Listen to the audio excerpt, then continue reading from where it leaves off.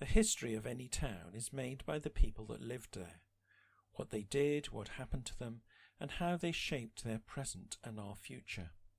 This walk is about those people.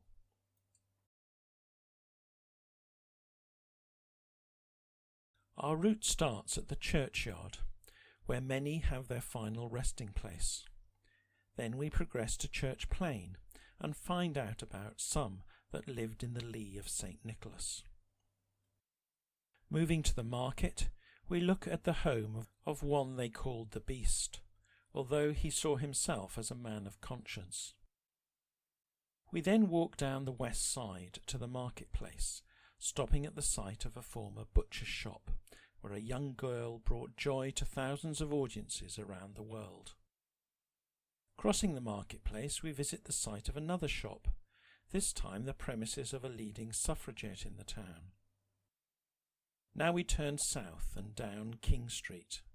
Many notable figures lived on the premier street in the town, including one of a number of famous painters. We reach St. George's Theatre, and across the piazza was the home of a well-known doctor who tried but could not cure himself. Moving westwards, we visit the Toll House, the site of the former prison and courts, before heading south again and on to South Quay, where we visit the site of another famous doctor who devoted his career to the town.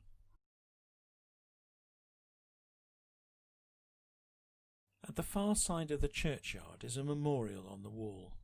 It is dedicated to Godfrey Goddard, a 19th century builder. It was Goddard who was commissioned by Robert Corey Jr. to build a suspension bridge over the River Bure in 1826. The plans he drew up, Corey's son Isaac remarked, would not stand a day, and a reputable architect, John Joseph Scholes, was given the work of designing the structure. Goddard, however, built the bridge that was to collapse in 1845, killing 78, the majority being women and children of the town. The cause was a poor weld in the chain, something that should have been checked on construction. Goddard never knew the fate of his bridge, as he was to die before the disaster. As we wander towards the church gate, we view the grave of David Bartleman, a 25-year-old mariner who died in 1781. The gravestone tells his story in graphic detail.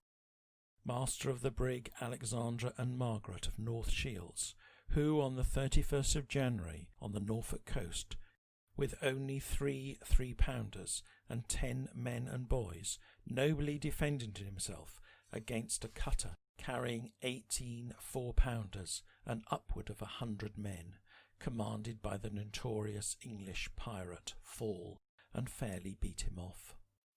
2 hours after, the enemy came down on him again. When totally disabled, his mate, Daniel Macaulay, expiring with the loss of blood, and himself having been dangerously wounded, he was obliged to strike and ransom. He brought his shattered vessel into Yarmouth, with more than the honours of the conqueror, and died here in consequence of his wounds on the 14th of February following, in the 25th year of his age. His ship was named after his parents who erected the stone, and, while Fall is described as a pirate, he was actually a privateer. These privateers were given what were known as letters of marque from governments at war with each other. This meant they were allowed to harry and rob ships from the enemy's merchant fleet in order to maintain a blockade on goods.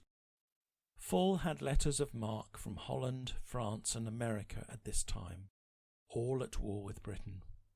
While Fall was indeed ruthless in his attacks, was he as infamous as he was portrayed?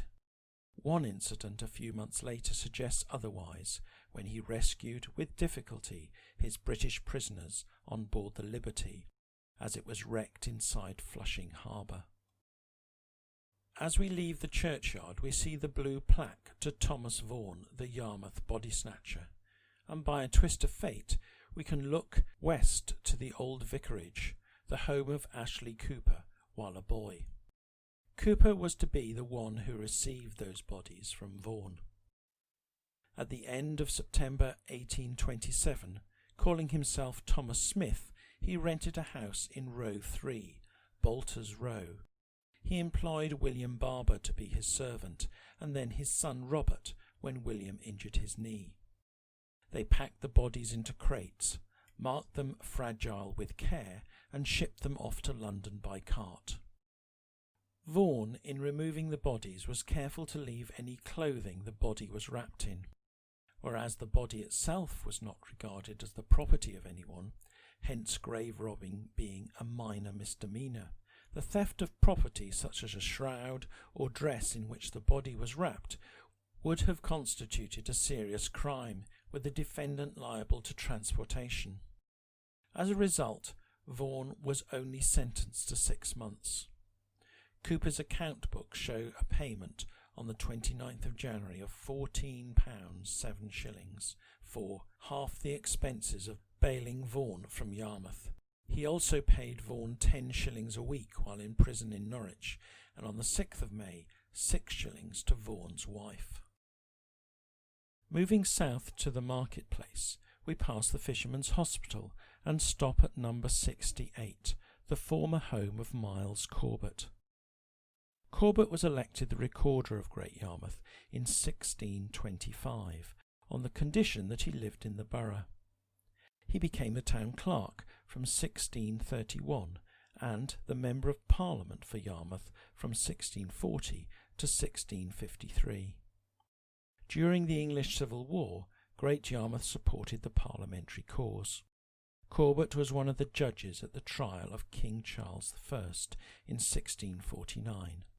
And although he initially had concerns over the validity of trying the king, he was convinced by reading the book of Revelation in the Bible that on the day of sentencing it was the right action, becoming the last signatory on the king's death warrant. King Charles I was executed in Whitehall on the 30th of January 1649. At the restoration of the monarchy in 1660, Great Yarmouth Corporation was purged of parliamentarians.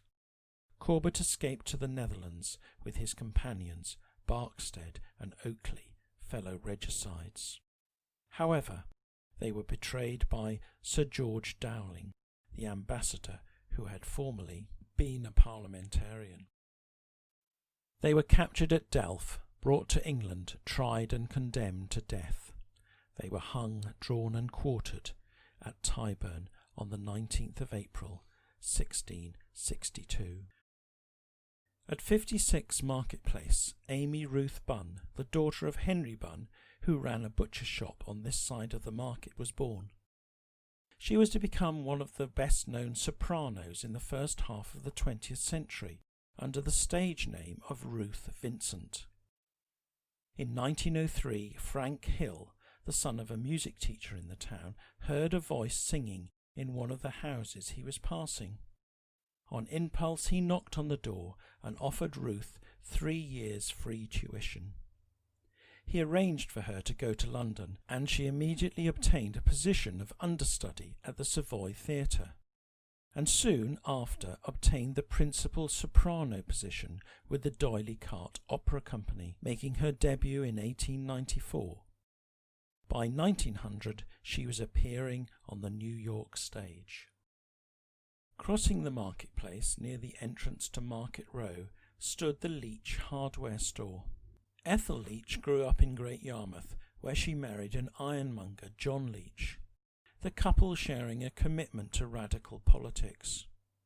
In 1881 she was elected to the Great Yarmouth School Board as an independent. School provision in the area was poor, and she championed kindergarten methods of teaching younger children. Within 6 months she persuaded the rest of the board to adopt this measure.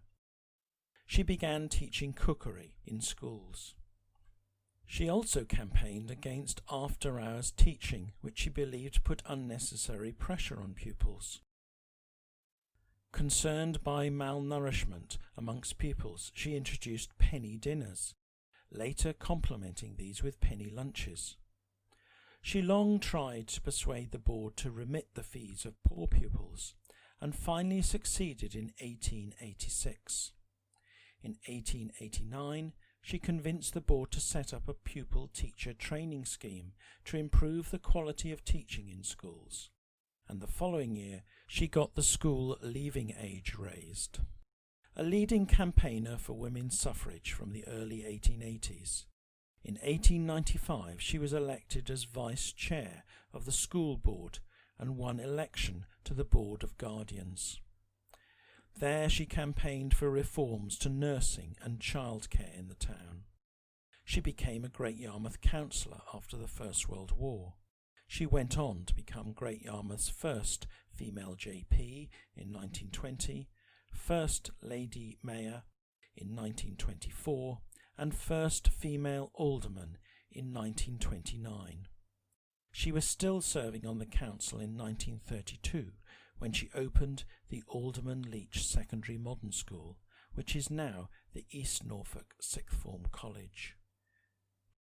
Walking south and into King Street, on the left-hand side we come across a blue plaque tucked away on the side of number 19. It was here that John Burney Crome lived up until his death. Born in Norwich, he was the eldest son of 8 children of John Crome, a distinguished landscape artist and founder of the Norwich Society, or School of Artists. As a child with ambitions of becoming an artist, he accompanied his father on sketching expeditions. By the age of 12 he was painting in oils, and at 16 years was sketching landscapes in watercolour. A year later he was selling his paintings. He became a member of the Norwich Society of Artists and exhibited many of his pictures there between 1806 and 1830. He was appointed vice president of the society in 1818 and subsequently president on several occasions, firstly in 1819 at the age of 25. In conjunction with John Sell Cotman, another Norwich School painter, who for some time lived at 83 Southtown Road, Crome took a lively interest in the reopening of the Norwich Society of Artists in 1828, it having closed in 1825. He had many works exhibited at the Royal Academy, the British Institution, and the Society of British Artists in London. He made many trips to the continent, drawing and painting in France, Holland, Belgium and Italy. From the mid-1820s he painted interminable moonlight scenes. His most famous painting is the Yarmouth Water Frolic, thought to have been started by his father. However, he had extravagant habits, and it caused him to become bankrupt in 1831, when the contents of his father's house were sold and many of his father's paintings and his own works were disposed of. He moved to Great Yarmouth in 1835, where he continued to teach drawing. His health was poor. He died in September 1842 at his home, 19 King Street, Great Yarmouth. After his death, the Norwich Society of Artists collapsed. We continue down King Street past St George's Theatre and into the Piazza. The house opposite St George's Pavilion has another blue plaque to Sir Ashley Cooper, as it was here that he was first apprenticed to Dr. Francis Turner at the beginning of his career. Turner was an apothecary and surgeon and had the principal practice in Great Yarmouth towards the end of the 19th century. However, in 1792, serious rioting took place in Great Yarmouth due to the high price of bread, and while outside the toll house, Turner received a serious blow to the head inflicted by one of the rioters. The injury at first appeared trifling, but gradually he developed concussion. He was assisted home when it was found that the bone in his skull was completely exposed. It was in vain that remedies were applied. The wound would not heal over. Turner himself alarmed and declared he would not survive and sank into a state of depression, which was soon followed by indigestion and dyspepsia. He remained in this state for 2 years, insisting that his illness was due to a portion of his skull being depressed into his brain. 2 years after the head injury, at Turner's insistence, Ashley Cooper's uncle, William Cooper, also a surgeon, on a visit to Yarmouth, removed with a trifin a small portion of bone from Turner's head. His wife was to wear that piece of skull around her neck in a locket until she died, nearly 40 years later. Turner got no benefit from the operation and continued to become more and more emaciated. He was unable to retain any food in his stomach and sank into a state of complete exhaustion. His apprentice at the time, Giles Borrett, said that for the last 12 months of his life, Turner lived entirely upon nuts. At the post-mortem, his liver was found to be severely diseased, which would have accounted for his symptoms. Turner never recovered from the blow, and after 4 years of dreadful mental and bodily suffering, he died on the 17th of December, 1796, aged 54 years. We now walk a short distance down King Street to row 113, opposite the Yankee Traveller, and through to Townsend Close. Turn right into Tollhouse Street and stop outside the toll house. We cover the history of the toll house in a number of our walks. One person is particularly associated with it, the prison visitor, Sarah Martin. Sarah Martin was born in Caister in 1791. Her father was a village tradesman, who died when Sarah was very young. Her mother died when Sarah was 11, and she went to live with her grandmother, a glove and bonnet maker and a devout Christian. Sarah attended the village dame school, and in 1805 trained as a seamstress with a local dressmaker. After this initial training, sewing became her major source of income for the rest of her life. By the age of 18, Sarah had set up her own business as a seamstress. She taught children at Sunday school, becoming a visitor at the workhouse, and devoted a day each week to teaching children of the destitute. She also helped to instruct young silk factory girls in reading and writing at an evening school at St. Nicholas Church. In 1819, Sarah first visited a prisoner at the toll house, and was soon visiting prisoners regularly, walking from Caister. She read to prisoners from the Bible and taught the male prisoners to make straw hats and caps, and how to carve spoons, seals, and apple scoops from mutton bone. Her aim was to make employment a privilege, and to be kept idle a punishment. She was not content with just helping prisoners in the jail, but continued to help them after their release, finding accommodation, work, and clothing for them. In 1840, a small legacy from her grandmother enabled her to move to rooms in row 57 in Great Yarmouth, where at night she maintained her prison journal. In 1841, well-wishers raised a testimonial to provide her, much against her will, with £12 per annum as a supplement to her income. By 1842, Sarah's devotion to others had taken its toll, and her health began to suffer. She continued with her work, but by the spring of 1843 she was seriously ill, and she died on the 15th of October. She was buried next to her mother in the churchyard at Caister. Walking to the end of Tollhouse Street, we cross Nottingham Way and walk towards South Quay. Then turn left along the quay. Walk as far as the entrance to Sydney Close. It was here, in 1813, a large mansion, 59 South Quay, was built by Samuel Paget. He was a successful businessman who supplied Royal Naval ships with food and water. He was also a banker, owned a brewery, and was mayor of Great Yarmouth in 1817. However, he got into financial difficulties when shipping fell away after the Napoleonic Wars, and incurred large debts. On the 11th of January 1814, James Paget was born there. He went to a local school on Queen Street and, at the age of 16, was apprenticed to a family's doctor, Charles Cosserton. In 1834 he studied at St Bartholomew's Hospital in London, where he won most of the prizes. He became one of the most successful surgeons of his age, and was surgeon to Queen Victoria and to the Prince of Wales. He was the president of the Royal College of Surgeons of England, Vice-Chancellor of London University, Fellow of the Royal Society, and a member of the General Medical Council. He was made a baronet in 1871 and chose as his motto, "Work itself is a pleasure," which is inscribed on the blue plaque to honour him.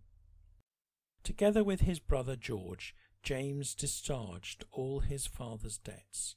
He died on the 30th of December 1899. His funeral took place in Westminster Abbey, and it was conducted by one of his sons, who was Bishop of Oxford. The local hospital trust is named after him.